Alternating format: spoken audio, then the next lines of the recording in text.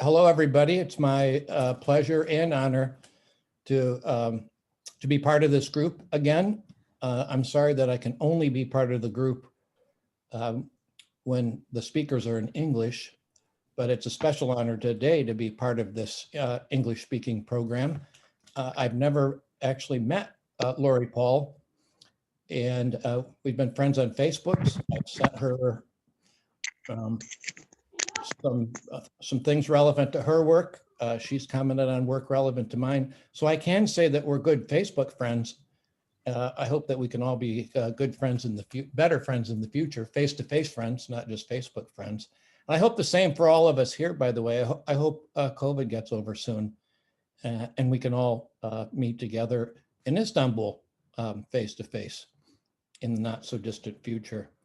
I'm going to turn this, Laurie Paul teaches philosophy at Yale, and she has written the book, The Transformative Experiences, and it's one of the most important books in philosophy in the past decade or so.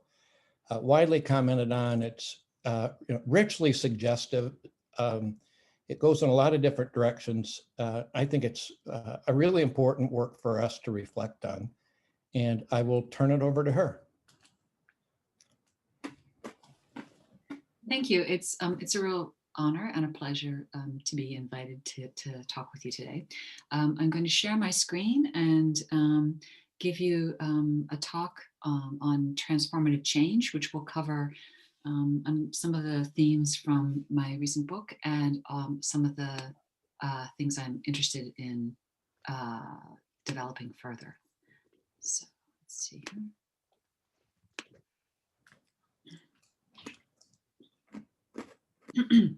So,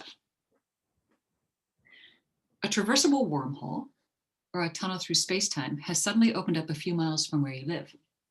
Physicists from around the world fly in to conduct experiments and put out a call for research volunteers. And you sign up because you're excited about the chance to contribute to the advancement of scientific knowledge. When you arrive at the test location, you're informed that if you agree to participate, you're going to be sent through the wormhole to a new location. And this location could be anywhere in the universe. So the thing to know about wormholes is that they exploit geometrical facts to connect points in space and time that are not ordinarily connected. So you can think of, if you think of space-time as a sheet of paper, it's like taking each edge of the sheet of paper and bringing it together. And then you can connect points in space and time that aren't ordinarily connected. In other words, you can go anywhere in space. And in fact, because we're talking about space-time, you can also go anywhere in time. You might even go back in time.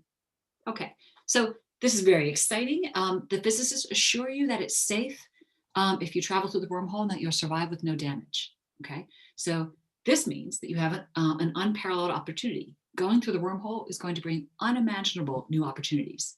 You might find yourself at the translucent edge of an alien sea or transported 1,000 years into the future. You'll see undreamt of things and visit unheard of places.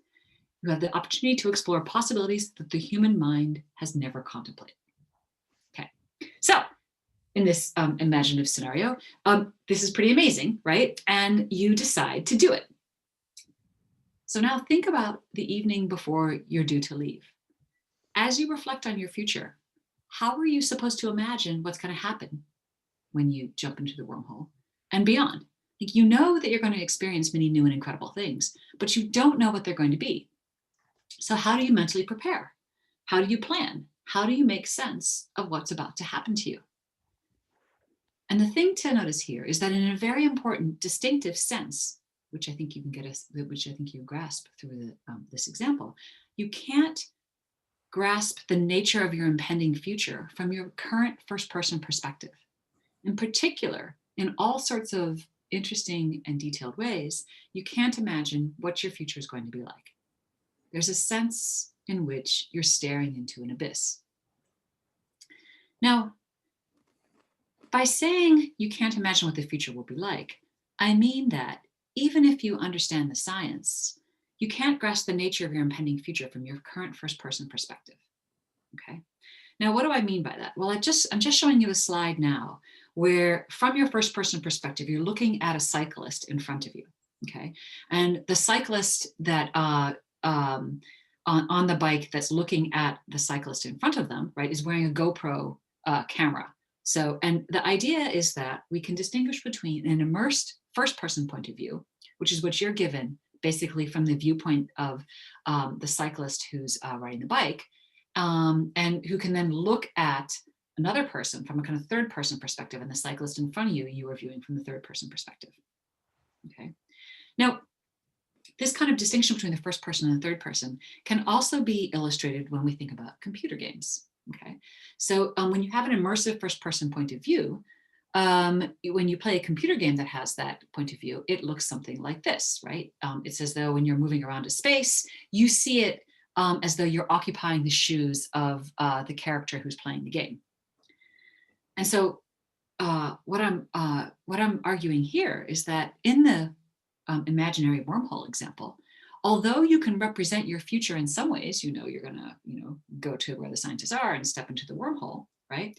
Before you've actually had that experience, this immersive, imaginative first-person way of prospectively kind of representing that experience, representing and assessing your future in detail, is just not available to you. And interestingly, you have to have this experience, right? The experience of traversing the wormhole before you're going to know what it's like. And this is important. Why is it important? Well, it's epistemically very important, because by actually having this experience, you're going to discover new things about the universe, and in the process, new things about yourself. And as a result, you're going to change dramatically. And as I describe it, the experience of tunneling through the wormhole would be transformative. Okay, that is, it would be an experience that's both radically new, such that you have to have it to know what it will be like for you. And moreover, the experience will change you in central and significant ways. Okay, and I described the epistemic change as involving an epistemic transformation, and the personal change as involving a personal transformation. Now, the wormhole example is obviously fictional. Okay, arguably there is, in physics, some people think that there could be wormholes. The question is, are they stable enough even to be traversable? Okay, but there are much more real life examples that we can consider where we face this kind of transformative change. Real life transformative experiences are new, life-changing experiences that shape who you are and what you care about. For example, gaining or losing a sensory ability, going to war, right? Having your first child, declining cognitively from Alzheimer's, maybe divorce, maybe certain kinds of cognitive development, right? All of these are experiences that can transform you. And by transforming you, they restructure the nature and meaning of your life and the lives of those around you. So today, I'm going to talk more about this, about the nature of transformative experience, and discuss how exploring its epistemic structure can help us to understand the special and distinctive ways that new kinds of experiences can form and change us, and how this relates to choices and future planning in both big and small cases. Okay, so there are a number of conceptual parts to the notion of transformative experience, and what I want to do is kind of walk you through those different conceptual parts and put them together then so that we can see the picture. So the first part is that actually having new experiences can teach us things we couldn't know otherwise. So this is the first conceptual part that we want to see to get the idea. I'm going to illustrate with one of my favorite cases, a simple case. Consider the durian fruit, okay? Durian is known to have a foul smell, but a distinctive and delicious flavor. I had not tasted a durian when I read about this at first. I've tasted one since, but before I tasted it, I had no idea what it would be like to taste it. That is, I couldn't know what it tasted like, okay? That doesn't mean I couldn't understand evocative statements about what it would be like to taste it. I certainly could, but to really know what it tasted like, and in particular how I would respond to its taste, I had to have the experience of actually tasting it. Something that complicated the matter, I was just even trying to assess what it would be like for me, was that people have very different reactions to durian, right? It's not just about being sophisticated with respect to your tastes or liking exotic fruit, right? In fact, while many famous chefs absolutely love durian, some find it incredibly repulsive because of the very foul smell that it has. And in fact, one chef described it in the following way. He said, its taste can only be described as indescribable, something you either love or despise. And then afterwards, your breath will smell as if you've been kissing a dead rat. So very evocative description, there's a certain way in which you think, wow, that must be very intense. But of course, you don't know what it's like to taste the durian in the more substantive way, where you can kind of imagine the nature of its flavor. Okay. And until you actually try a durian, and if you've tried a durian, you know what I'm talking about. And if you haven't, well, you have to take my word for it, right? You'll learn something new when you do try it, what it's like to taste a durian. Now, the description I've been giving you about this kind of discovery, right, and how it changes what you know, involves, as what I describe, undergoing an epistemically transformative experience. So the experience gives you new information, knowledge of what a durian tastes like, right? And this information, crucially, has to come through actually having the experience of tasting it. Now, the durian example is related to a famous thought experiment in philosophy involving a pretend case of a woman named Mary growing up in a black and white room. In this pretend case, we imagine a woman named Mary growing up in her black and white environment. She's never seen color. Now, she has lots of friends who can tell her what it's like to see red. She knows all the science we currently have available about color, and she knows about the brain and consciousness, okay? Now, she doesn't know everything there is to know because we don't know everything there is to know scientifically. So my example is a little different from how it's often set up. But again, the question that we can ask as philosophers is getting testimony from friends and knowing all the latest brain and vision science enough for Mary, having never left her black and white room, to know what it's like to see red, right? Does she know what it's like to see red without ever leaving her black and white room? And I and many others say, no, she doesn't, okay? It isn't enough. For Mary to actually know what it's like to see red, she has to leave her black and white rooms and go out and actually experience seeing red. She has to actually see it in order to know what seeing red is like. And this brings us then to the next important conceptual part here, which is the point that I've been making is that for some kinds of experiences, we have to actually know, we actually have to have them to know what they're like. Okay, so like seeing red for the first time or tasting something new that's very different from anything that you've ever had before, right? You have to have that kind of experience to know what it's like. And then the second or the third kind of conceptual part here is that knowing what it's like then allows us to kind of gain information about the content of the experience, okay?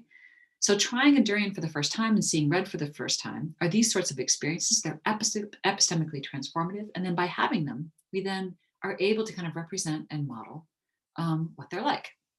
These experiences teach us things, and in virtue of teaching us new kinds of information about what things are like, they give us new abilities. And these abilities include being able to imagine what future examples would be like of tasting durian or seeing red, to recognize possibilities, and also then to kind of projectively causally model possibilities for yourself involving these kinds of experiences and assign values to those experiences. Before you know what they're like, there's an important sense in which you can't assign a value to that experience, okay? And through this then, you develop beliefs and preferences consistent with those new experiences. So just to remind you, I'm defining an epistemically transformative experience to be an experience that teaches you something that you couldn't have learned without having that kind of experience, okay? Like seeing color for the first time.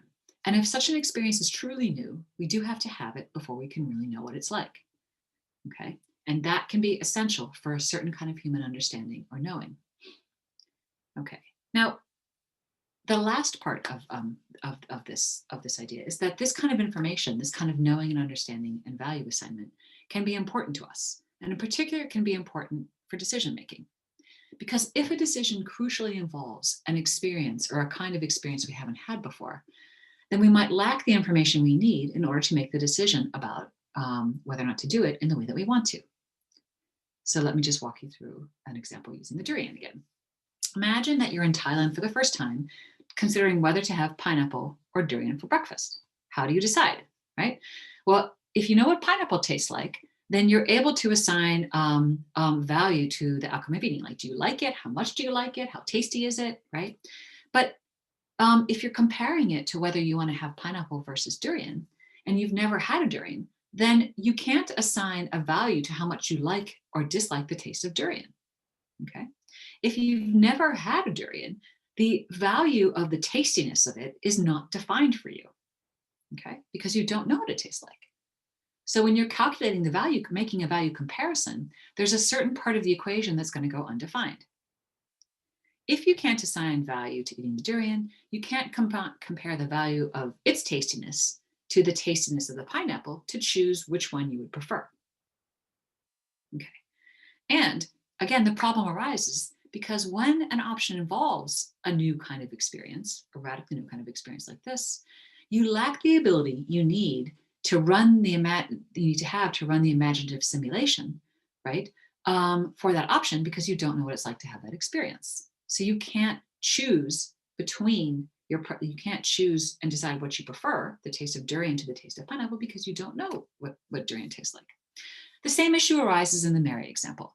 If Mary doesn't know what it's like for her to see red, she can't use that information to decide whether it's worth it to her to leave the safety of her black and white room just to discover what it's like to see red. Maybe she's worried that emotionally she'll find it kind of overwhelming and painful and difficult. Maybe she thinks it will be wonderful, but she doesn't have the information she needs to prospectively assign values to these experiences and compare their possibilities to make a choice. So if she doesn't know what it's like to see red, she doesn't know what value she should assign to the experience of leaving her room when she's deciding whether she prefers to stay or whether she prefers to go. And on top of that, she doesn't know what other things she'll experience and learn about as the result of being able to have these new kinds of color experiences. I think in all of these cases, there might be other ways to make the decision, okay? So for example, there might be other ways for Mary to make the decision to leave. But if what she cares about is what it will be like when she leaves her room, then she lacks the information she needs to make the decision. And the problem here, just as with the case of choosing what to have for breakfast, is that the decision model she wants to use is incomplete. And so these examples are intended to illustrate how experience that is necessary for knowledge of a certain sort has implications for contexts in which this knowledge is important. Now, I illustrated this with these cases like the durian choice case or Mary leaving her red room or her black and white room. But I think there are real life high stakes cases where, again, we face the same issue about where experience matters for an important choice. So for example, imagine making an important life choice for someone else where it's important to understand what it's like for them to live their lives, what it's like to be them, right? And then confront the possibility that what it's like for that person could be very different from what it's like to be you. And for example, consider making choices for your autistic son. Parents of autistic children need to understand what it's like for their child to be in various situations in order to care for them, teach them, help them, in order to kind of project forward into possibly difficult situations and to avoid getting oneself in, I think, uncomfortable or painful situations for the child. But in many cases, the issue involves understanding what it's like to have the kind of sensory overload that an autistic child will experience in contexts where those of us who are not autistic, who are not on the spectrum, would not have sensory overload, okay? And the trouble is that in many cases, simply telling parents about how their child experiences or might experience certain events just isn't enough. Part of it is because there's so much heterogeneity. There are so many different kinds of situations people can find themselves in modern life that just telling people, well, these kinds of situations could be a problem, just isn't good enough for projective assessment. Okay. And the root of this issue is that description and testimony about the kinds of experiences someone could have just aren't enough to describe what it's like to have sensory overload. Okay, and if you're not sure about this, right, just imagine yourself in the same position where you have to describe, for example, what it's like to see red to someone like Mary who's never seen color. Okay, we just lack the expressive language, just lacks the expressive capacity necessary to describe the nature and content of new kinds of experiences. Okay, so it's just an interesting fact about our brains that actually having the immersive first-person experience carries a different kind of information from mere descriptions of that experience. And that's what we know from the discussions in philosophy of mind and from other kinds of research about language and the brain. Okay, so again, experience brings us a different kind of understanding from description and language and other kinds of testimony. And in fact, this is immediately apparent when we reflect on things like VR technology, right? Why is virtual reality so important and powerful? Why is it like, has there been an explosion in investment in this technology? Well, because it exploits this fact, right? It exploits the fact that Immersive first-person experience has an essential capacity to carry information that's just not available to us in other ways. And recognizing the way that VR harnesses the distinctive information carrying power of experience, in fact, comes back to our example of autism, because the National Autistic Society in the UK exploited this fact to create a virtual simulation of what it's like to have sensory overload as an autistic child. So this was a VR experience that is intended to put you in the shoes of an autistic child in a shopping mall, and it's called Too Much Information. Okay, now, when this was done, it has had a significant impact on parents who themselves are not on the spectrum, but who have autistic children. They find it incredibly valuable. So for example, there was a documentary put out about this, and one woman who was interviewed said, she describes how, like, before she saw the film, she said, "I thought I knew everything there was to know. After I saw the film, I realized there was so much that I wasn't able to grasp." Okay. So this is, again, a real life example now where understanding experience matters. And it matters in particular when you're making choices for someone who's quite different from yourself. Okay. So when we're talking about other people, that's one class of cases where it can matter, but it can also matter when you're making important life choices for yourself. And in particular, when you're making important life choices for your future self, where that future self will be very different from who you are now. Okay, so recall the point that I made at the very beginning of the talk, that truly transformative experiences are both epistemically transformative and personally transformative. That is, they're experiences of epistemic transformation or change that scale up somehow into personal changes, like the wormhole example that we started with. Okay, so for a real life way, a dramatically new first-person experience can create the sort of epistemic and personal shift involved in a transformative experience.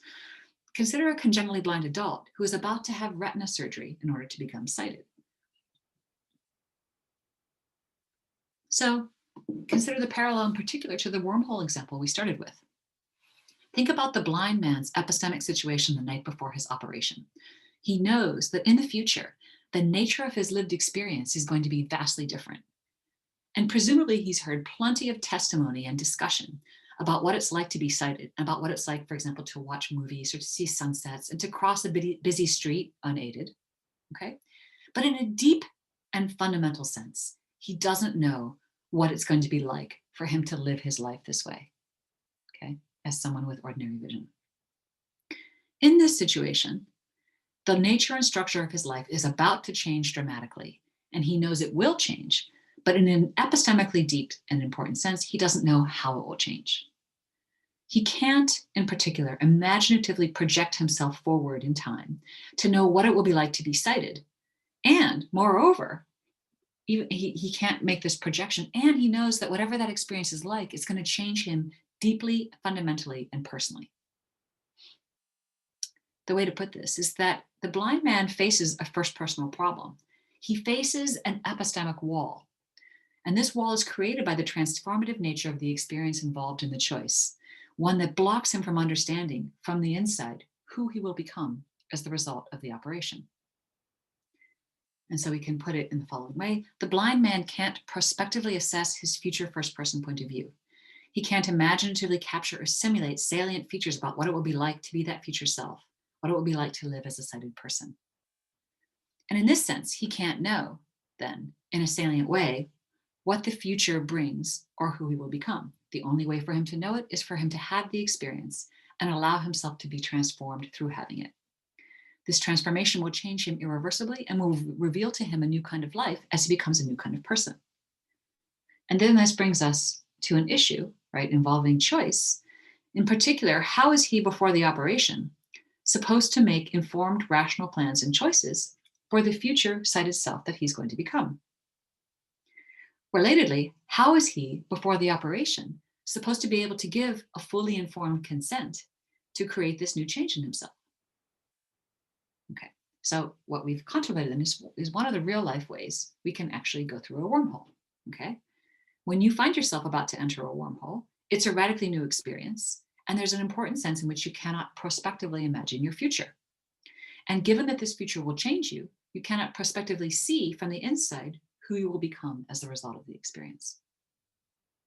And if so, then when you are in this situation, about to step into the wormhole, how are you to understand the future self that you are making yourself into? Now, this problem of being able to understand our future selves is actually related to an older, more familiar problem, the problem of incommensurable theory change in scientific theories. So you'll remember that I used a metaphor about an epistemic wall, the wall faced by the blind man before he discovers what it's like to see. Given his current representational capacities, he has a particular way of making sense of his life, which we can think of, right, as constituted by his psychological capacities and overall cognitive state. When he confronts the possibility of discovering what it's like to see and tries to consider who he'll become, there's a way in which he can't see into his own future. He can't occupy the shoes of his future self. Now, the philosopher Thomas Kuhn and historian Thomas Kuhn talked about a version of this problem involving scientific theories, right? In other words, there's a kind of normal paradigm that a scientific theory embeds, that you're embedded in when you understand the science. And there's a way in which you can't see past that paradigm to see other ways of making sense of the world.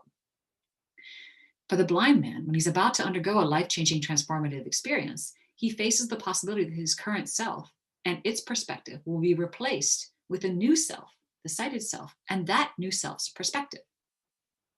That's what radical epistemic transformation brings. It's a case where one's epistemic revisions scale up into a replacement of one's basic way of understanding oneself. Okay, so we can think of what's going to happen to the blind man when he becomes sighted as a kind of revolution, okay? That is, just like a scientific revolution involves a kind of revolution in the way that one makes sense of the external world, we can think of what's going to happen to the blind man when he becomes sighted as a kind of revolution of his internal world, okay? And again, the way that he makes sense of his internal world is going to be replaced as a result of the experiences, just like if, for example, you rejected Newtonian mechanics in favor of quantum mechanics, you would revolutionize the way that you think about the nature of the external world in the most fundamental sense. Okay, so I want to just bring this out more clearly by imagining an individual who is contemplating a scientific revolution and the kind of first-person epistemic challenge that such an individual would face when they were contemplating an incommensurable worldview.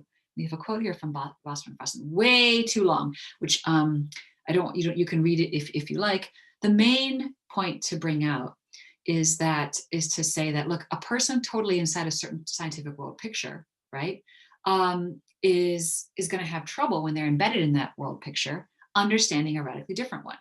And Van Fossen asks us to say, look, imagine from this person's perspective, an alternative appears. Let's say that you're embedded in a Newtonian mechanical picture of the world, and the possibility of quantum mechanics appears on the horizon, or Einsteinian relativity theory.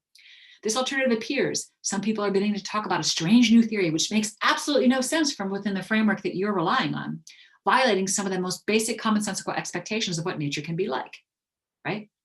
If that person stops a moment to envision himself converted to these strange new ideas, he sees himself in imagination stooping to a rationalism.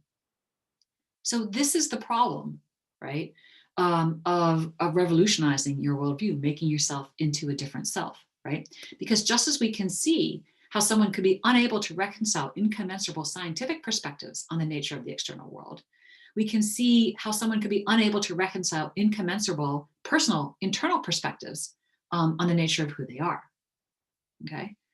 And so we can get actually an intuitive way into this picture by thinking about the incommensurability, for example, of how you are now, your current first-person point of view, with the first-person perspective of, let's say, your 10-year-old self, right?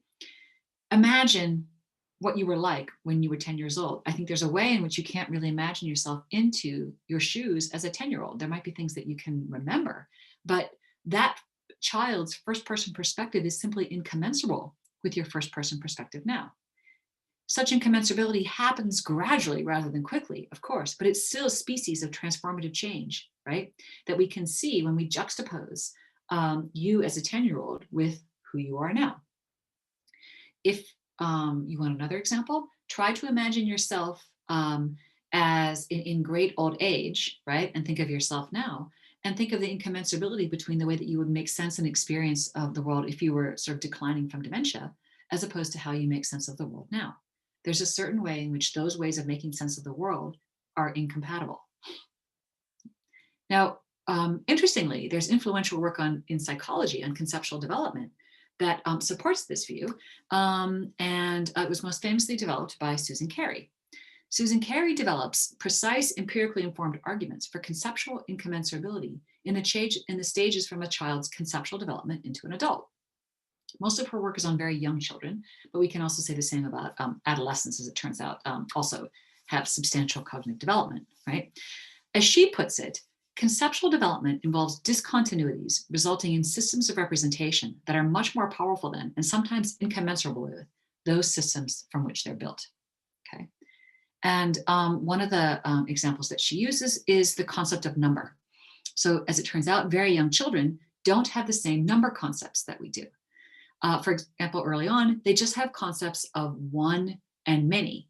And more generally, they represent number in terms of analog magnitudes. Bigger numbers are represented using larger entities, right? Like a bunch of blocks or something like that. Once these early concepts are replaced with mature ones as children go up, where they grasp the successor function and numbers are represented in terms of positive integers, 1, 2, and 3, etc., then children understand the numerical structure of the external world very, very differently. And we can think of the sorts of replacements of personal internal truths that we get from the epistemic transformation leading to personal transformation as involving a similar type of conceptual replacement, a cross change of one's understanding and representation of the world and oneself. If you replace key elements of what it's like for you to experience the world and what it's like to interact with others, for example, by becoming sighted or developing certain kinds of self-consciousness or what have you, or replace a core personal truth, for example, after becoming a parent, I value my child's life more than I value my own, okay? Or a core moral value, like after warfare, becoming embittered and violent, or becoming much more sensitive to the suffering of others, but these things happen, then you can understand yourself and your relations to the world and to others very differently, even incommensurably. And in this way, the kind of first person epistemic revolution that I was describing before that can happen under a transformative experience has many of the same features of a scientific revolution in the Kuhnian sense, or of a conceptual revolution in Susan Carey's sense. We can think of transformative change in a person as a kind of revolution writ small.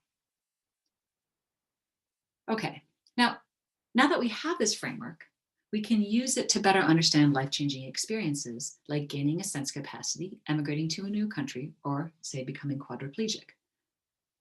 As I've been arguing, experiencing a transformative change of this sort can entail a deep and significant change in one's way of making sense of the world, by extension, in one's values and beliefs.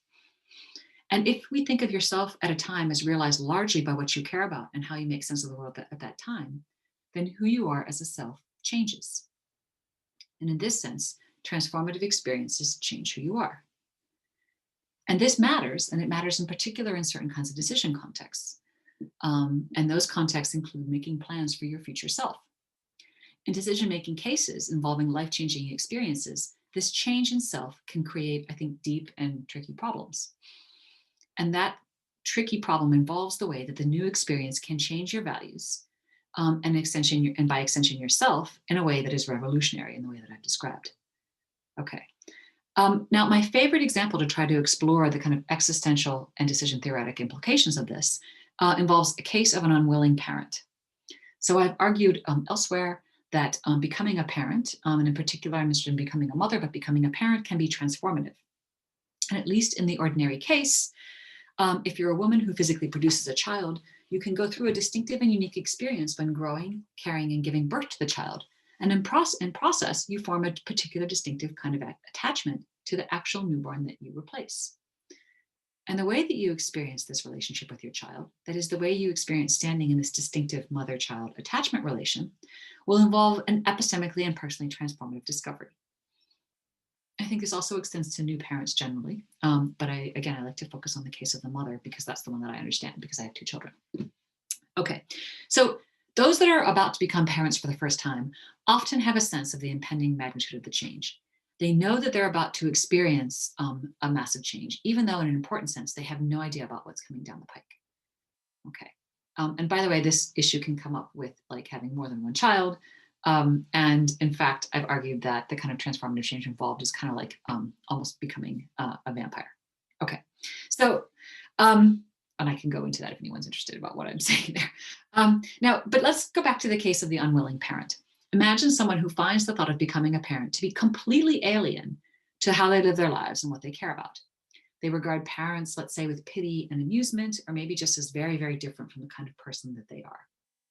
They can't imagine having a child or even wanting to have a child.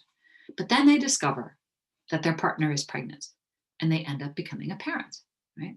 And after the child is born, they love their new baby. They value parenting enormously. They say things like, life has meaning and joy and a sense of purpose that it never had when I was childless. Now, this involves a preference change, right?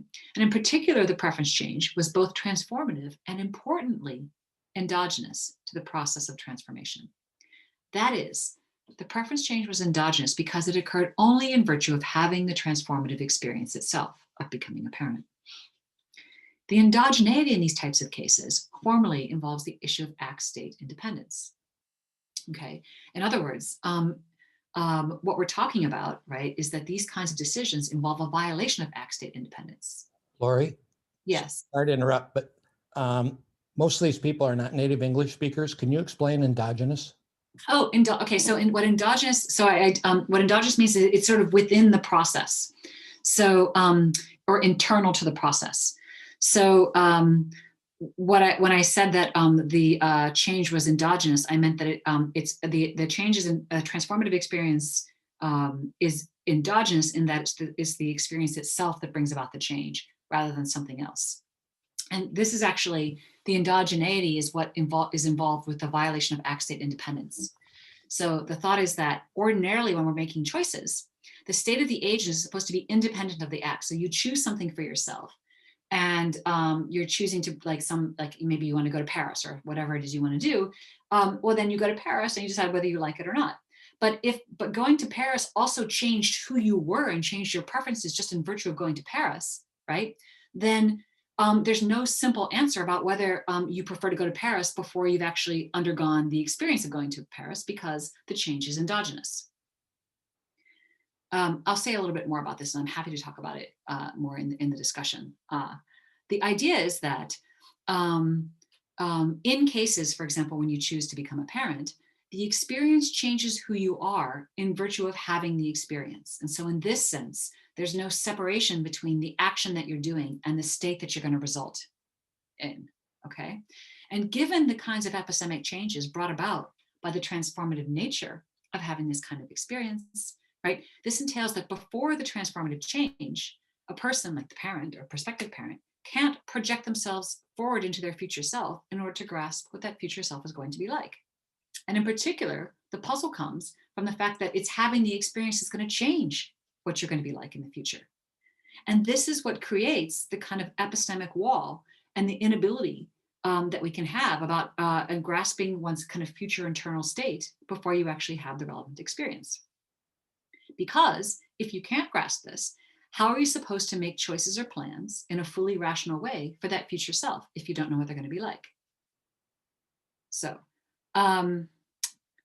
let me see if I can give you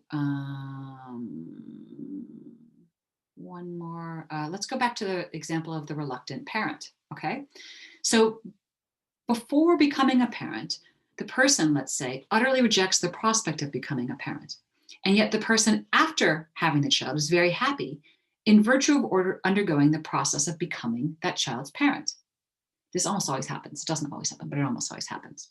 So how is a person supposed to choose? They don't want to become a parent, but they know that in virtue of becoming a parent, they'll want to become a parent. That's endogeneity, right? So ordinarily, when you're making a rational choice, you're supposed to choose in concert with your contemporary, whatever your current preferences are, right?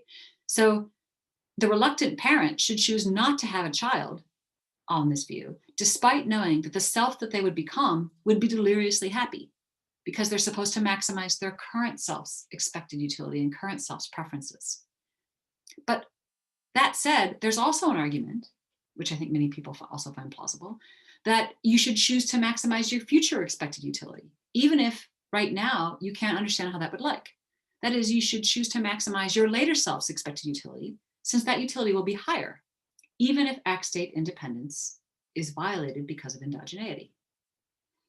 Now, there are also more utilitarian cases, by the way. One that I find interesting is like whether you should refuse medication that maybe makes you less depressed, but also a bit less intelligent, right? You're very, maybe you like the way that you are now, even if you're depressed, but you have your full kind of mental capacities, but taking the depression medication will make you feel much happier and more satisfied, even if you're able to think less clearly. Again, that's another example of that can create a certain kind of puzzle.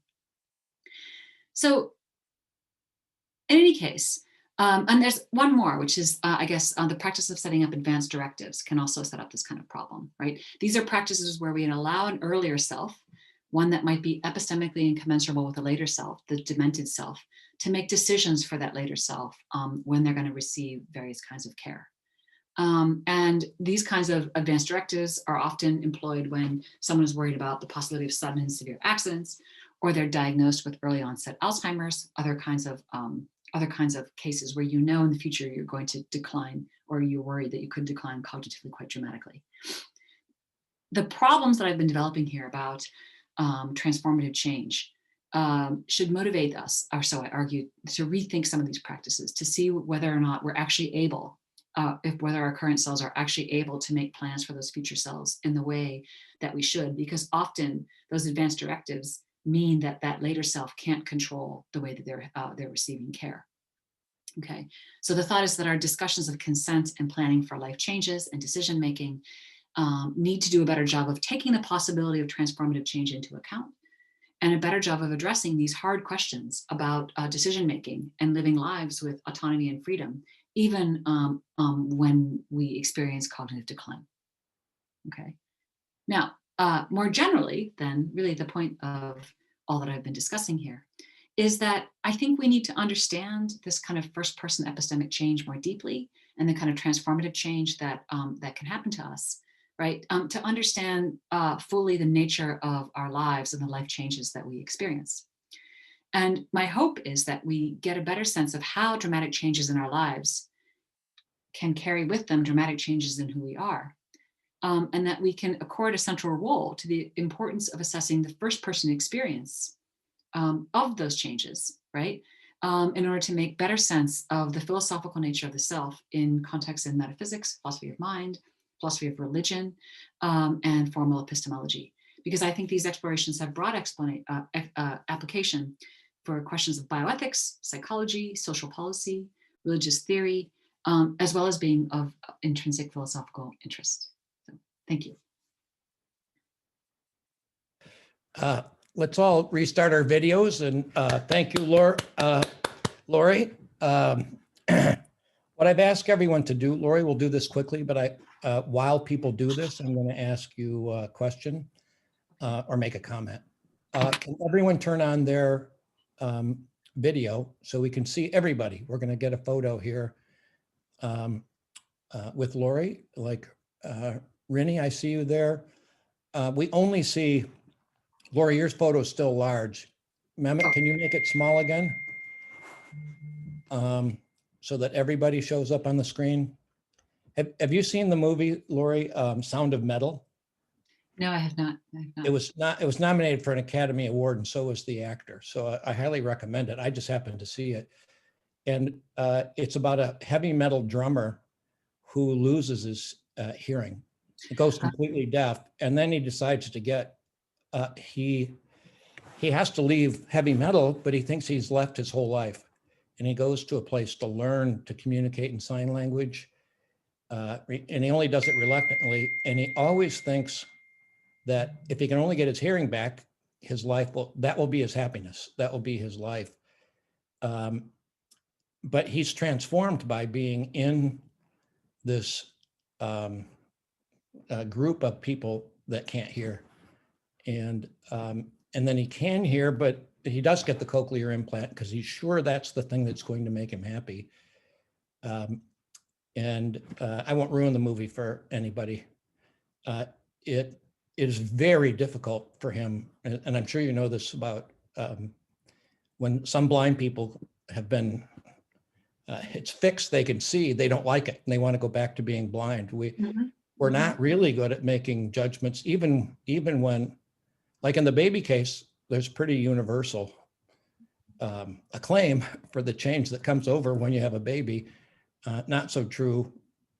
There aren't many cases of people that go from being blind to seeing, from hearing to deaf to hearing. From anyway, it gets more complicated in choosing your future self. And the interesting thing in the movie is his future self changed so dramatically in ways he wouldn't have expected. But he still always had this past self. If I can hear, that will make me happy.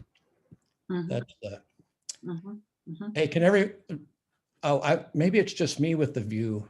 Can we, gallery view, that's what I want. All right, we still have a lot of people that we can't see. Ilyas and Osman and Vaisal, Turan, Aishagul, Muqaddis, Talib. Can you turn on your videos, please? Everybody, video, everybody. Ilyas, come on, don't hold back. You're too good looking, Ilyas. Don't rob us of that. Yeah, but we are in car, so due to this, I am closing. I'm just listening. All right, Talib, Muqaddis, Maida, can everyone do it quickly? Hurry. Keep it coming. Turan, are you in a car? Yeah, I am. Yeah, I am on in the car. So due to, I'm just listening. Thank Okay. you. Oslam, Talib, what are you doing? Hey, where are people from? Quickly, who's from somewhere outside of Turkey? Where are you from, Rico? I'm from Germany. Sorry, say it again. Germany. Okay. Who else is from outside of Turkey? Nobody? All right. There are some. They're just not talking. They're muted. All right. Vaisal, Talib. Okay. I think we have all we're going to get. Mehmet, can you take a couple pictures? I always have to remember how to do this. Who knows how to do this with a Mac? That wasn't it. I never know. Are you taking some, Mehmet, for me? Yeah. I'm doing it. Don't worry. All right. Perfect. All right. Everyone give one big smile. All right. Thank you, everybody. I appreciate it. Nice to see so many women involved in this too. And I'm glad we're going to turn to Saliha Uysal. She's going to be our next speaker, and then we'll take questions. And I've said this before already, write your questions in the chat and I'll come back. I prefer that you ask the question. So I'll come back and ask you if you want to ask the question. And if you don't, then I'll just read the question. That'll be fine. Hey, let me just ask one and then we'll turn it over. Sumaya Kapusus, where are you, Sumaya? There you are. It's a really good question, Sumaya. So let's take yours and then we'll move to Saliha, okay? I'm not sure if it's a good question because I am not really familiar with our title tonight. But when I listened all speech, I thought about like every moment we have is kind of transformative because like we never stay stable and we always changing. So I was kind of confused to differentiate the difference between each moment that changes us and the transformative experience. Yeah. No, so that is a great question, and it's an important question. So the way that I think about this is that every moment, let's assume that every moment is distinctly different. Maybe there are some that are the same, but like there are certainly many of these moments, and we are constantly changing. The thought is that these are often small changes. And so there's an important difference in scale in the class of experiences that I'm interested in, where it's quite a dramatic change, like, having a baby or having an accident or becoming sighted. So you can think of it as a difference in scale that brings about a kind of categorical change. right? So that's why those are the ones I want to call transformative full stop. But you could have like lots of little epistemic transformations, and arguably that happens with cognitive development, right? So it's because of many of those small changes, like from age 10 to age whatever we're at, all of us are at now, that you get, like if you, it's little by little, there's only a small change, but when you realize who you were when you were 10 is so different from who you are now, then comparing those two selves, that's the transformative difference right there. So. All right, thanks. I have lots of questions, so I hope we have time at the end. So save your questions for the end. And again, type them in chat if you have a question, and I will call on you to see if you want to say them yourself in English. If not, then I'll just read it out for you. We're pleased to have a psychologist respond. There's so many overlaps here between psychology and philosophy in this area. And Saliha Uysal has agreed to respond here, or to give her own talk, really. She teaches psychology of religion in Istanbul University. Her first book is called Awakening to Death, and her second book is on Islamic psychology. So I will now turn it over to Saliha. Thank you very much, Professor Clark. Thanks for inviting me also. And it's a pleasure to be with Professor Paul, with you and Professor Bulgan, Doko, and so many others. Because it's Ramadan, as you know, I'll try to keep it short, maybe sweet and to the point, I hope.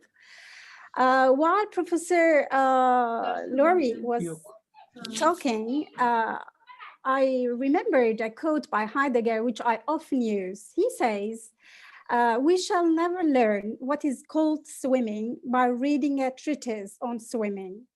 So only the leap into the river tells us what is swimming or what is called swimming.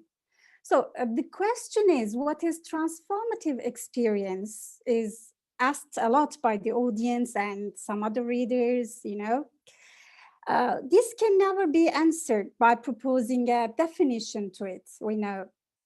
And the only way to know it, I mean, what it is like to have it, is to have it yourself. So the sister's question was quite nice. I really liked it, Sumeyya's question. The professor already answered, but each moment we are in a transformative experience. I'm going to talk about how near-death experiences changed or transformed the people's life. But before it, I'd like to remind you of, and I'd like to remember myself, The Hero's Journey by Joseph Campbell. And when Professor Laurie talked about the blind people's experiences, I remembered a brilliant series on Netflix called The OA, a wonderful example to Professor's case. I advise the friends to watch it. I'm going to talk about it maybe later for a few details. But tonight, maybe I am going to talk on two different things focused on hero's journey, about experience of choosing the action and also experience of result of the action. Like we all know, experience is the best teacher for all of us.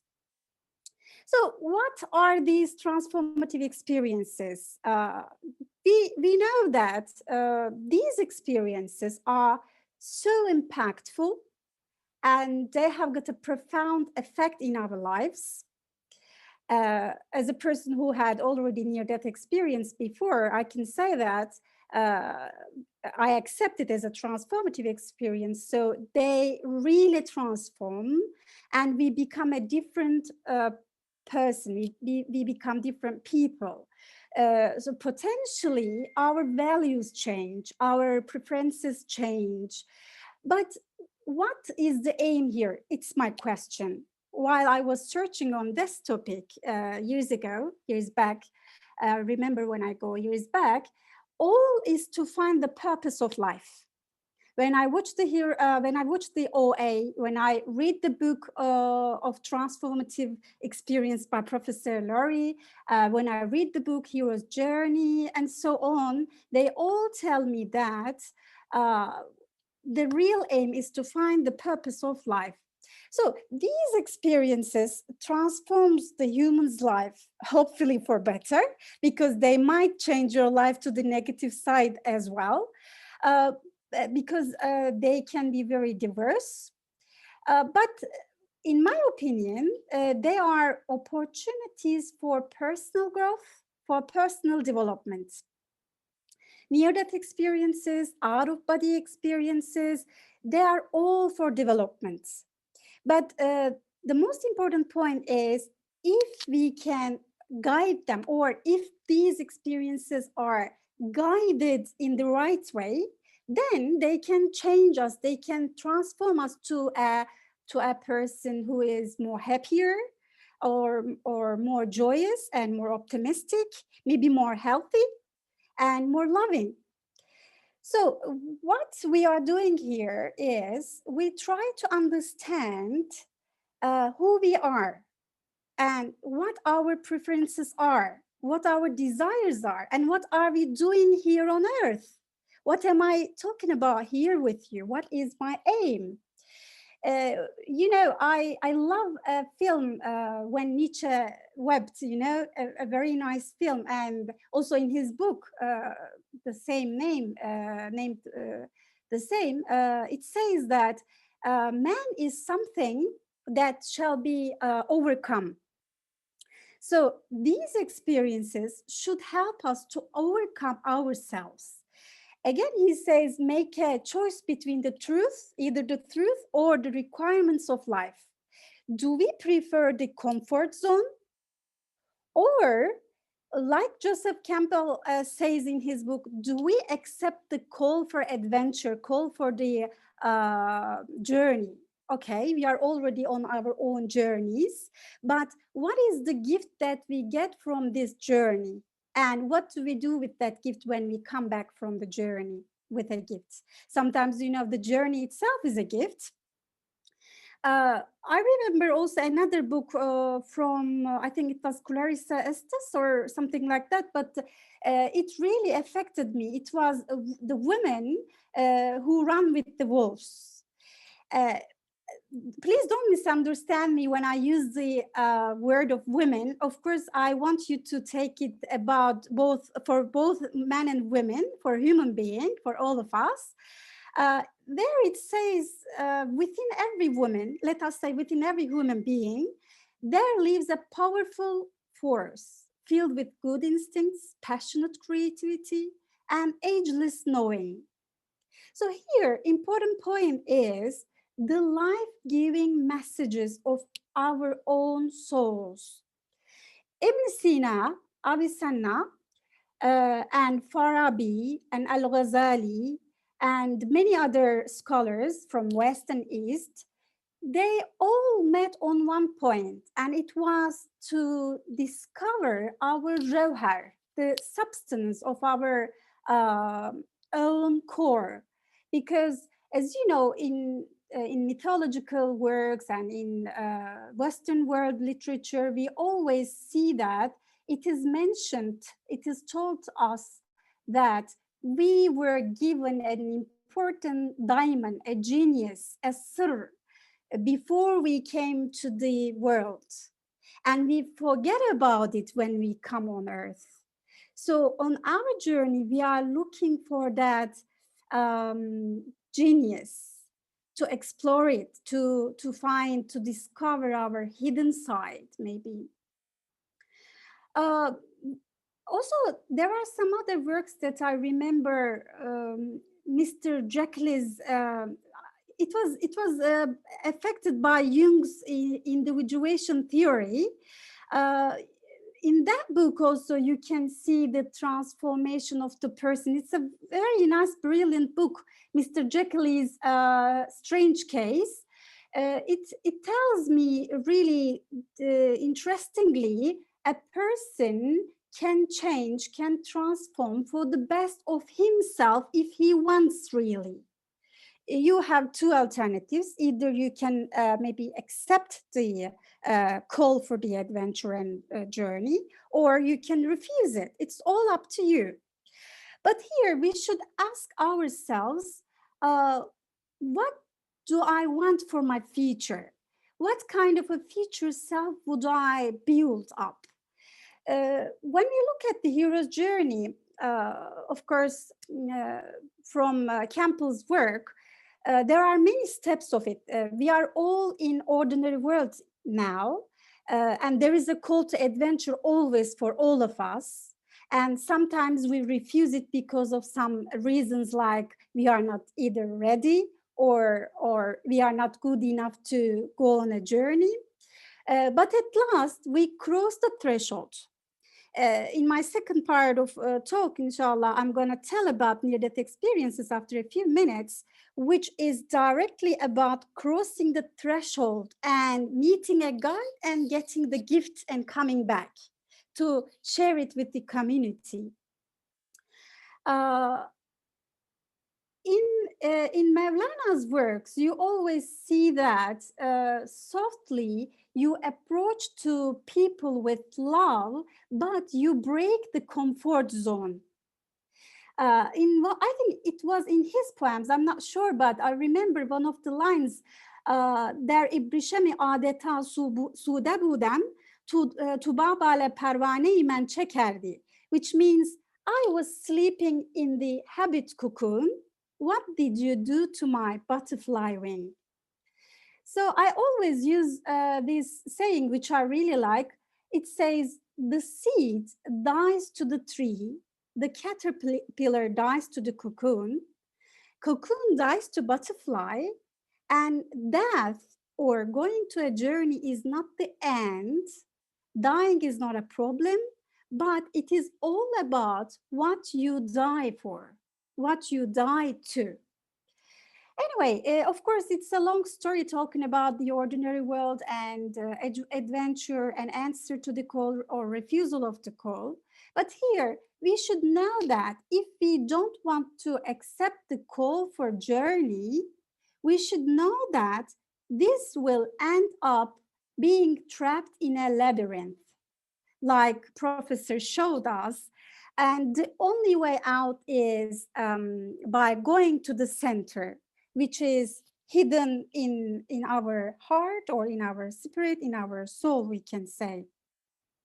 So it's all about it's all about to find 3 points maybe, which is outward, inward, and the hidden side in all of us. Like Picasso says, inside you there is an artist you don't know about. And in fact, the Picasso's quote is, all children are artists. The problem is how to remain an artist once he grows up. So we all have the diamond within us, the key to allow ourselves to explore it. And we try to find it, of course, but sometimes, like Hoca Nasreddin or Mullah Nasreddin, who is very popular in Turkish culture, sometimes we are looking for our key in the street lights, but we have already lost it in the darkness of our house garden. So it is important where to look and how to look, maybe. Anyway, let us jump onto the near-death experiences, how our participants changed and transformed in their after their experiences. Firstly, I'd like to tell about what kind of components they had experienced in near-death experiences. It's very popular, you already know. Before they cross the threshold, they find themselves generally in a hospital, after having a heart attack or having an accident, and they find their bodies in hospital, but they find themselves observing their bodies from out, which is an out-of-body experience. They watch themselves from out, and in their journey, after seeing the tunnel and the light, they start to hear different voices, which invite them to the, let's say, the special world, but most of them generally are welcomed by some deceased relatives of them who already passed away before them. Maybe they have never met them in their lives, like grandmothers, grandmothers. And after meeting their guides and crossing the threshold, they feel that they don't want to come back because it's a beautiful, brilliant world. Like in the OA, you can watch, you can see. After all these experiences, we find that there are really different dimensions, different worlds, and alternative realities. They're like all on top of each other, but every time you make a decision, whether you want to open the door A or door B, like Professor Laurie always mentions in her book as well, that decision forks into a new possibility for you. So all these dimensions today, even now, these dimensions, worlds, and alternative realities, they are in front of us, but they are unfortunately inaccessible. But with your decisions, you can get the key to access that world. We travel, I say we because I had an NDE before, and we travel through NDEs, but temporarily. We want choices, we want chances, and near-death experiences are really big chances for us. Of course, don't try to do it. It's something like, you know, a good gift from God. It gives you freedom, and the person who experiences a near-death experience leaves this dimension. He or she experiences a great acceleration of events, a different realm, a different light, and most of the time they are generally given some noetic quality, divine knowledge, which is maybe the main point of our answers to our questions today. In the modern world, we are stuck in the labyrinths, and we are trying to travel to our center, to our core. So it's like, I mean, the near-death experience, in another meaning here, in quotation, transformative experience is like jumping into an invisible realm that really carries us to another dimension, and also carries us to another future self after the experience.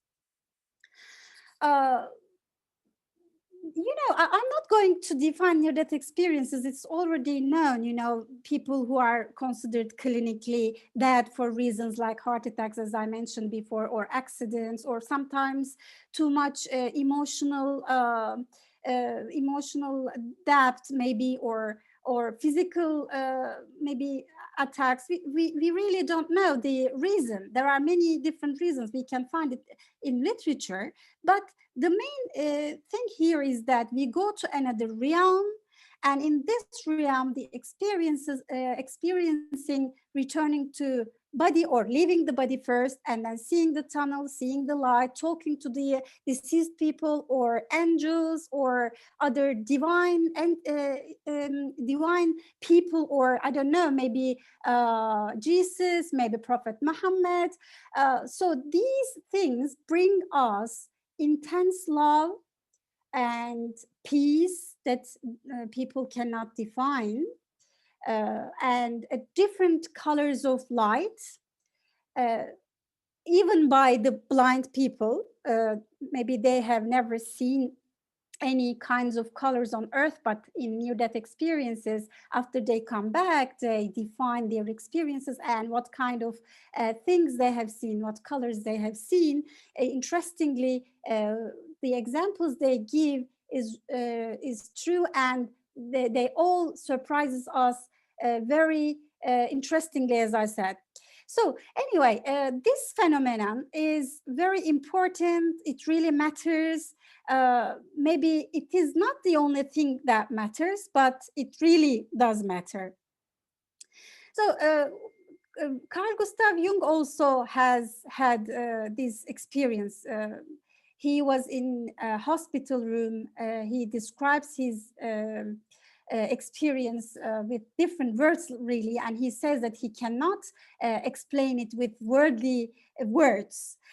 So ineffability he experiences. And also maybe we can remember from history again, Benjamin Franklin, Elizabeth Browning, so many other names. Anyway, so if we look at the changes after NDEs, we see that people have spiritual changes. Their religious beliefs change. And this is very, very common, by the way. And they feel that God is very close to them. They feel very closer to themselves about God.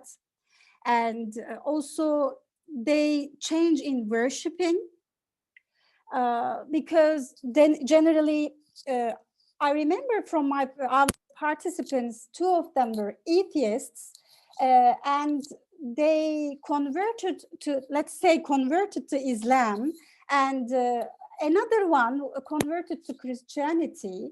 So these participants had really big changes in faith and beliefs after their encounters. And also they had significant changes in their prayers. Some of them were Muslims, but they were not practicing. And they started fasting.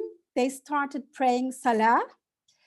Another important point was empathy and benevolence. Their empathy and benevolence changed. They started to give more to people, attending charities, and also they were affected by the words or by the sentences of the divine being that they met in their experience. One of the participants I remember from Cape Town, she told me that she met with God and they had a long conversation with God. I'm not going to give the details. Maybe we will talk about it in another platform because today we are talking about how they transformed, how they changed. But it was really interesting, and I was shocked when I listened to her story, her experience. And after the experience, she changed a lot, she said. She gifted her clothes. She left many things, and she started to pray Salah. She started to work for charities almost 4 days a week. So many big changes was seen in her life. And maybe it's a big debate, but change in personality is another important point that we see in our participants. Generally, they see themselves more selfish before the experience, but after the experience, they find themselves more caring and more sharing, interestingly. And also another point, their death and life, afterlife view changes. Life and afterlife view changes. So they see everything more easy, maybe more basic, and they only concentrate on the love and peace that they are going to meet when they change their worlds. And they don't see that as an end after these experiences. Some of them say that they lost fear about death. Before their experiences, they were afraid of death a lot, but after the NDE, their afterlife view changed, and they had a new development of a new understanding of death. So the idea of death and the idea of afterlife view changes totally in most of the participants. And you can also check it from Bruce Grayson's works and also from our work. And in literature, you can find the participants' lives really change after the near-death experiences. And one of my participants, I never forget, he told me that, believe me, Saliha, believe me, I'm not afraid of death anymore because I met God and I was surrounded. I was full of love. I was full of peace, and I can never describe it in the words of world, in the words of earth. I can never describe it, he says. So, and I told him that it is like an advertisement. Maybe you are talking about love and peace like that. Maybe we go and we can never find it, because I also met some participants who were talking about fire and fear. So maybe we can also find some different results if we go beyond more numbers. So anyway, as a result, our participants acquired a new belief in the other world, and their lifestyle has changed, and also their connection and their relation with God, whatever they believe in, is changed, and they feel some of them, 50% of them, I can give you the numbers if it is needed, 50% of them feel that they are special. They came back to Earth to fulfill a mission and to help their community, to help humanity. So when we look at the experiences, we see that even in the literature, also in our work, these experiences change people's life in religious manners, in spiritual manners, and in their beliefs for everything, we can say. They look through the world so differently, and they believe in a different let's say they have a different belief of creator. For example, before the experience, they generally got maybe some of them told me this, that they were afraid of God, but after they met they went to a realm full of love and care and peace. They now say that the creator approaches to us with divine love, so we cannot define it, and I'm not afraid of him anymore, they say. So going back to the hero's journey steps, all is about how do we find the key to the center, to the core of human being. You know, we have got a German guest also here. We can ask him. And also from our readings, we see that generally in German literature and also in the other Western literature, we generally see that cave and forest are used a lot in the literature because they are fascinating, intriguing, and mystifying places. But here, the real aim or the main aim is to go to that darkness, to go to that dark forest and cave, and to find our core. Like Avicenna says, like Farabi says, like Ghazali did himself, even though he was very popular, he was rich, he left everything in order to find himself. And after his journey, he transformed totally. So, of course, there are benefits and benefits of hardships and tribulations of life. We can talk about it, but I don't want to make our listeners tired more. At last, on the return home, even for our near-death experiences and for us, the hero, I mean us, we reflect on the one who journeyed, and we realize after the journeys, we are not the same being anymore. And here, ultimately, of course, we get a treasure, and we share this treasure with our community, and it becomes a real boon to the community after that. But the real treasure, sometimes, as I said before, it is the journey itself, but the real treasure is the knowledge and the confidence about it. So all these transformative experiences are legacy for human being, and it is the process of becoming the best version of us, best version of ourselves, to realize the potential within us. We are all called to a journey, and we know that we should walk on this path.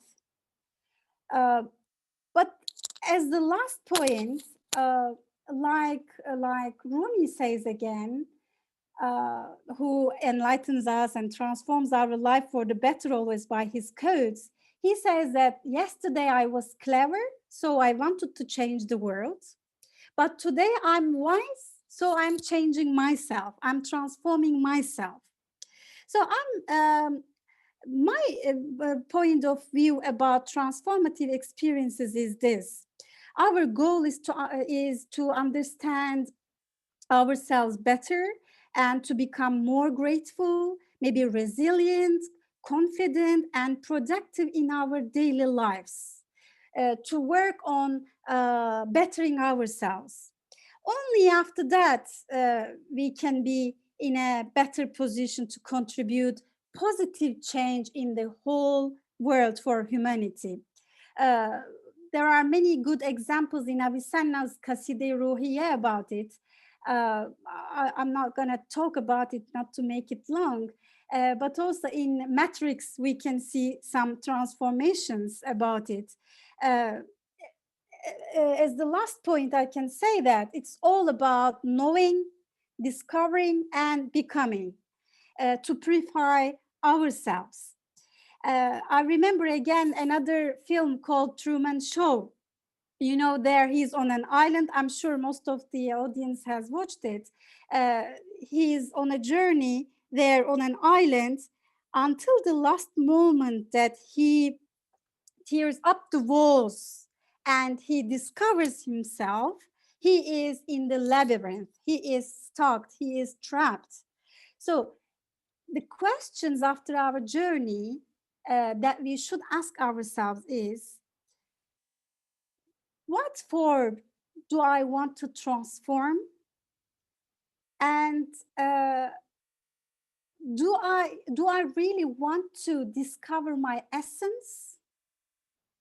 And who is responsible for life, for the life that I am in now? And who has the power to change it? Who has the power to transform it? Whether it will work or not. And we all know that sometimes arguments raise more questions than they answer, but if we cannot do the original transformation, original change to discover ourselves, let us fake it until we take it. Thank you very much.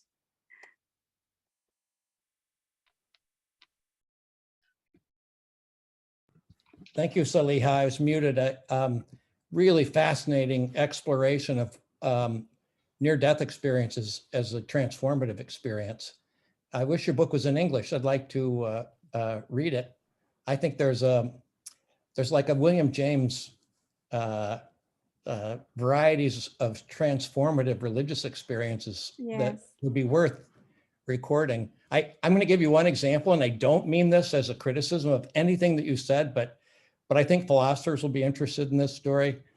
A.J. Ayer, the British logical positivist, and one of the most famous logical positivists of the 20th century, as a logical positivist, was against metaphysics, against belief in God, against, well, all sorts of things.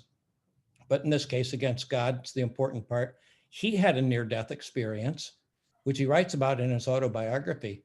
And almost everybody has the kind of experience that you suggest, where they move from darkness into light. They feel they feel embraced, they feel loved, they feel warmth. Well, he felt warmth, but he said he was going down into the flames, and flames were licking at his feet, made him really uncomfortable. He couldn't wait to stop dying. And he didn't have the same sort of response people usually have to these. Again, I don't mean it as any criticism of what you said, but I think philosophers might find it amusing. I agree with you. I had another participant who told me similar things like you mentioned, and he said that the others are maybe advertising only because he was in fire when he had the near-death experience. So there's not I alone in already this. mentioned. Yeah. Yes, thank you for your comments. Yeah. So the floor, I'm going to open the floor to questions. I didn't get many in the chat, and I'm going to start it off with a question for Laurie. Saliha was more, I guess, directive in how near-death experiences might, so directive, Saliha, like you might want to run out and have one, which I don't recommend. Because of the good that they can bring to someone's life. But Laurie's point in her book is that you don't know if you're going to get the good or not. That's like the whole point. So you don't know what value you're supposed to assign to moving in the direction of having a certain experience or some other experience.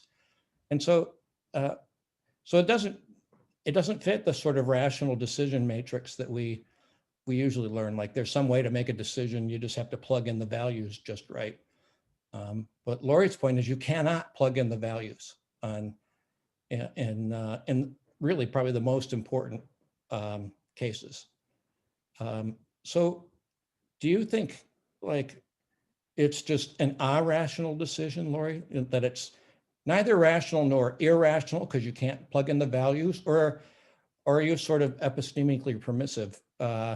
Everyone is just doing the best they can. They're all sort of rational, and because we can't have sufficient evidence, they're all okay. And maybe they're all rational. Maybe you want to go further. There's a lot of definitions of rationality that could be discussed here. At any rate, I just wondered what you thought of what are the range of decisions that people make? So I actually do think that many of these transformative decisions are irrational, in the sense that, and that's one of the things I am concerned about, because when I was writing my book, and I think in general, people tend to think that, well, you're supposed to make these big life-changing decisions. I mean, I think religious transformation or near-death, there are many transformative changes where you don't necessarily choose. It happens to you, right? And they're a really nice model because there, I think, the kind of transformation of self is, we see it happening, where there's evidence that it happens. But then these other cases where you make a choice to have the medical procedure, or to have a child, or to emigrate, there you also change so much that there's a way in which thinking that we have control over this process is just a mistake.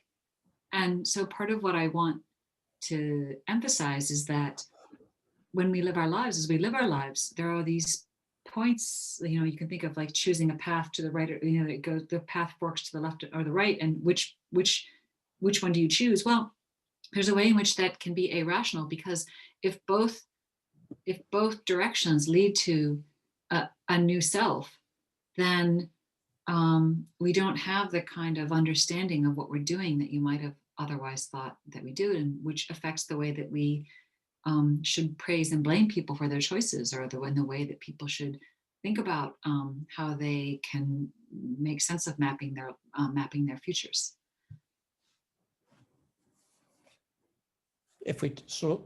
Laurie, suppose we take the near-death experiences. A lot of people, like Saliha, I'm sure you know this, but if you gave this in America, a lot of philosophers would just be shaking their heads. They'd be naturalists. They'd be saying, we know people that have this are deluded. So it's not rational for you to move in that direction. Laurie's book seems to suggest that they haven't gotten in this position where they've had this experience, so they're not really in a position to judge. If they had it, maybe they would have changed. And it would have been rational if they had that experience. At any rate, we tend to do a lot of judging of people that make decisions where what's really involved or something like a transformative experience. And we make it from our worldview. It was like that. We didn't get to look at that Van Frosten quote all that closely, but it's like we're all stuck in our theories and we can't see how the world would look outside of them. Does that seem right, Laurie? If I Yeah, I mean, yeah. Sorry, go ahead. No, that is right, and some of this, applies both to things like, the person who emerges from near-death experience, the person who undergoes a religious transformation, the person who undergoes some kind of radical change, mental change of any sort, really. And I think it's a complicated matter to evaluate and compare the self before the change and the self after, and that both people are too judgmental, and also that there's a lot of fear and a lot of misunderstanding. And that's part of what I want, just because that other self seems so different and impenetrable, and even is it, right now the self that you are might not want to become that self. It's too fast to assume that you shouldn't become that self, especially because if you did become that self and you then didn't want to go back, there's no straightforward answer as to which self is best. And I think that makes sense, and that people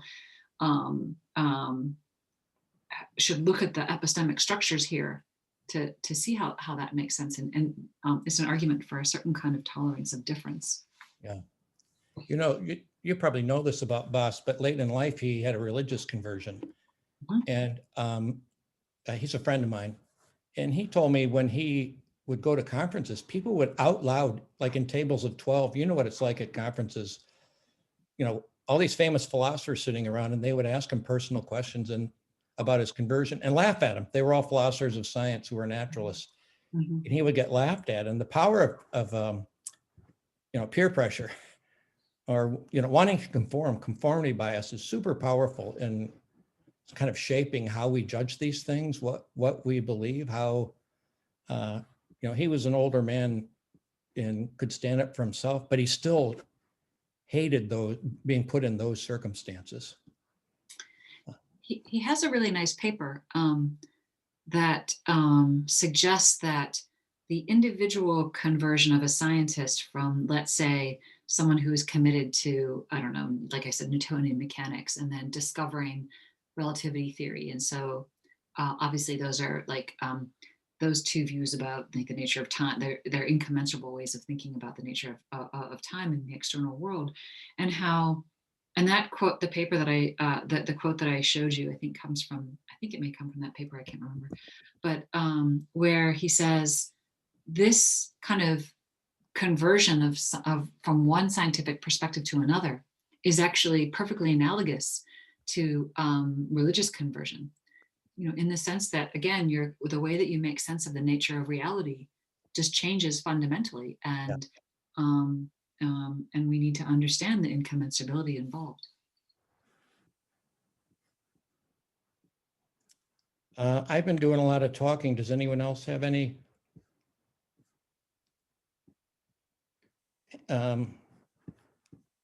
questions? Or I should say, Laurie, when you talked about incommensurability of your later self and your younger self, when I look back at my life, when I was 22, when I thought I had all the answers, or maybe it was 21 or 19, I can't remember, but at some time I did. And now I look at myself and I think I would have thought myself, my current self, just sort of hopelessly something. It would have been negative. Whatever I attributed to myself, it would have been negative, because I've gotten so increasingly tolerant of what other people believe. And philosophy has sort of moved me to that. I went into philosophy thinking that I was going to get the algorithm for what to believe, and that everybody was going to use that algorithm. We'd figure out exactly what's true. Philosophy itself has disabused me of that. Other questions for Laurie or Saliha? Last chance? Well, then I think I take it we should stop here. Everyone join me in thanking both of our speakers today. Of a Zoom clap, best we can do. Thank you, Laurie. I'm really grateful. And honestly, I hope we all meet again, including Laurie, in Istanbul in the near future, inshallah. I really enjoyed the conversation. Thank you. All right. See everybody. Hope to meet you all in person. Goodbye. Thank you very much, both of you. Thank you. Have a nice evening.